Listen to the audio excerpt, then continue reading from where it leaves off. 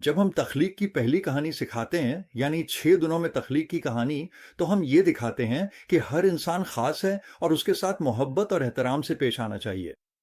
تخلیق کی دوسری کہانی شادی کے بارے میں ہے، اور ہم یہ دکھاتے ہیں کہ خدا کی نظر میں شادی ایک مرد اور ایک عورت کے درمیان خاص رشتہ ہے، اور مرد و عورت کو ایک دوسرے سے محبت اور احترام کرنا چاہیے۔ عورتیں مردوں سے کمتر نہیں ہیں، اور نہ ہی انہیں کسی جائیداد یا ملکیت کی طرح سمجھا یا برتا جانا چاہیے۔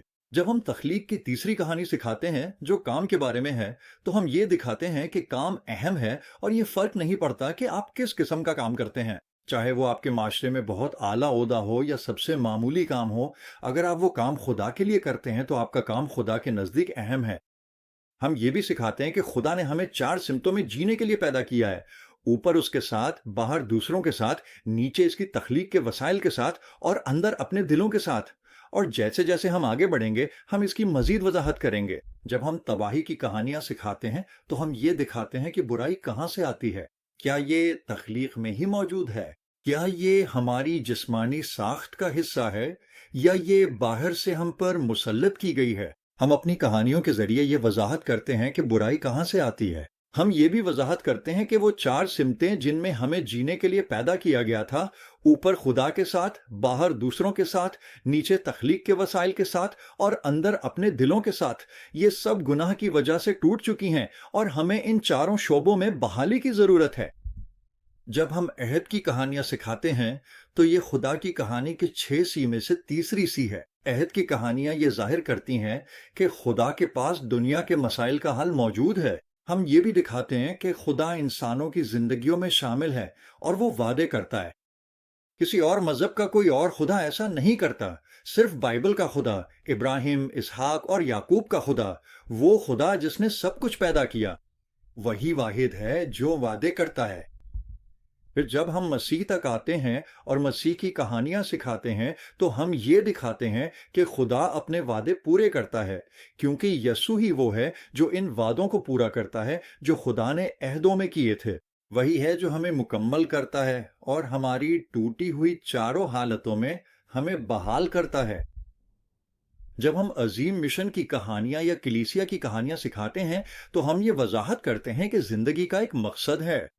یہ ہے کہ خدا کے ساتھ مل کر سب چیزوں کو بحال کرنا، ایک کہانی کو 6 حصوں میں بیان کرنا، اور سب لوگوں کو خدا کی طرف واپس لانا، بالکل ویسے ہی جیسے اس نے ابراہیم سے پیدائش 12:3 میں وعدہ کیا تھا: اور اے ابراہیم، میں زمین کی سب قوموں کو تیرے وسیلے سے برکت دوں گا۔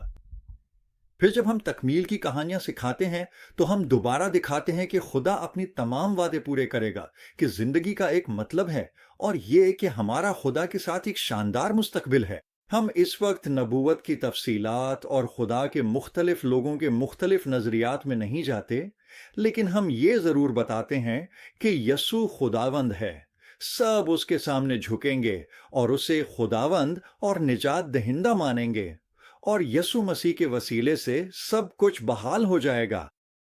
یہ تمام نکات اور اس سے بھی زیادہ ایک بائبلی نقطہ نظر بناتے ہیں، ایک بائبلی طریقہ جس سے دنیا کو ویسا دیکھا جائے جیسی وہ ہے، زندگی کو ویسا دیکھا جائے جیسی وہ ہونی چاہیے اور جیسی وہ ہونی چاہیے، اور دنیا کو ویسا دیکھا جائے جیسا خدا دنیا کو دیکھتا ہے۔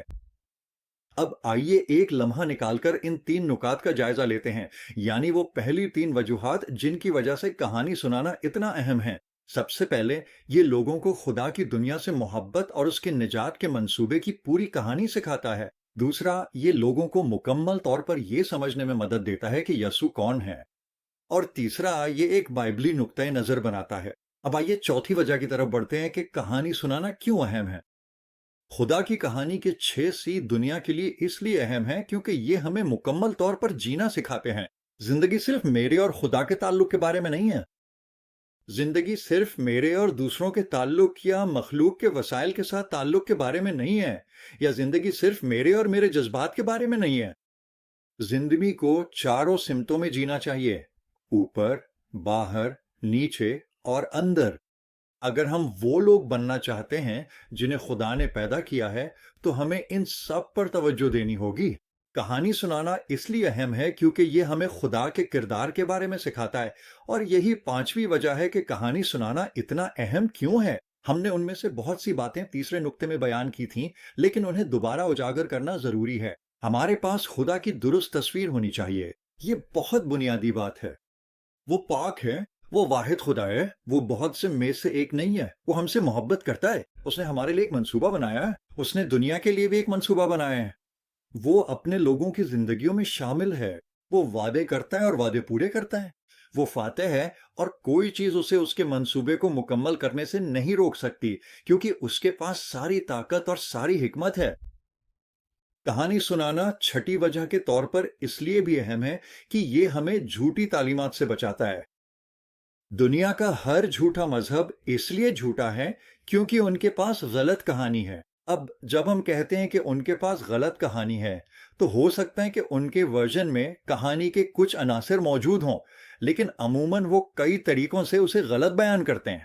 ممکن ہے کہ ان کے پاس کہانی کی غلط شروعات ہو، ممکن ہے کہ ان کے پاس کہانی کا غلط درمیانی حصہ ہو، ممکن ہے کہ ان کے پاس کہانی کا غلط اختتام ہو، اور اکثر جب وہ کہانی کو غلط انداز میں سناتے ہیں یا جب وہ اپنے مذہب کی کہانی سناتے ہیں، اگر اس میں یسوع کے بارے میں کچھ حصہ بھی ہو تو وہ یسوع کی اصل حقیقت کو بھی غلط بیان کرتے ہیں۔ اسی لیے کہانی سنانا اہم ہے، کیونکہ جب آپ لوگوں کو پوری کہانی سکھاتے ہیں تو یہ انہیں بہت سی جھوٹی تعلیمات سے محفوظ رکھتا ہے، کیونکہ جب وہ کہانی کے دوسرے ورژن سنتے ہیں اور جب وہ 6 حصوں میں ایک ہی کہانی کو جانتے ہیں تو وہ کہیں گے، ذرا ٹھہریں، یہ تو اس کہانی میں نہیں آتا جو ہم بائبل میں دیکھتے ہیں۔